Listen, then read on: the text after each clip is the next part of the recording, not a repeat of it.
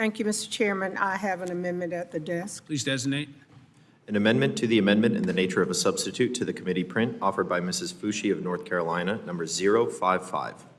Without objection, the amendment will be considered as read. Ms. Foushee, you have 5 minutes. Thank you, Mr. Chairman. Nearly a year and a half ago, the U.S. Department of Transportation announced the largest federal grant award in the history of my home state, North Carolina, just shy of $1.1 billion to design and build the S-Line, a high-performance passenger rail line connecting Raleigh, North Carolina to Richmond, Virginia.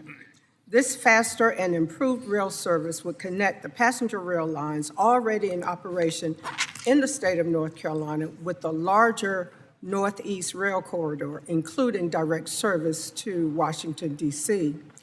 The S-Line project and its federal grant award are an exciting continuation of a substantial passenger rail boom happening in North Carolina right now. Intercity rail ridership in the state achieved record ridership in 2024 for the third straight year, and we have seen a 55% ridership increase since 2019 prior to COVID. Additionally, Siemens is building a new passenger rail car manufacturing facility in Lexington, North Carolina. The plant broke ground in August 2023 and is expected to begin production of passenger rail cars this year and will create 500 local jobs. The expansion of passenger rail is a boon for everyone living in or near these new service areas, regardless of your preferred method of transportation. Having more people traveling by rail means less traffic on the roads, shorter commutes for those who do drive, less air pollution in our communities, less road degradation, and more jobs and economic opportunities.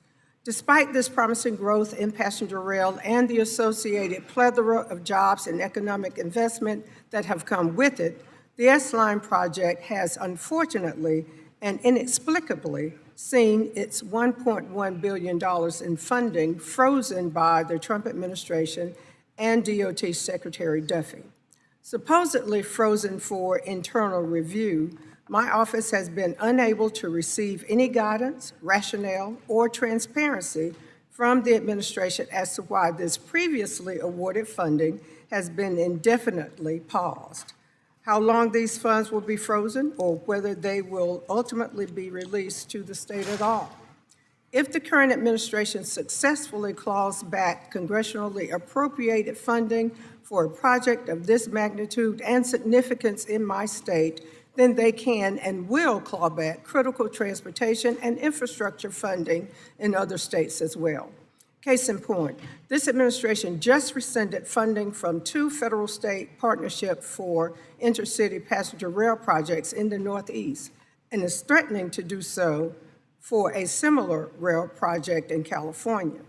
I'm submitting my amendment to ensure that the DOT Secretary doesn't similarly rescind any grants already awarded to the state of North Carolina under this same program, the Federal-State Partnership for Intercity Passenger Rail. I would implore my colleagues to vote yes to ensure that we do not set a dangerous precedent. DOT grant awards that were authorized and appropriated by Congress should be honored and upheld by whichever administration happens to be in office. Thank you, and I yield back.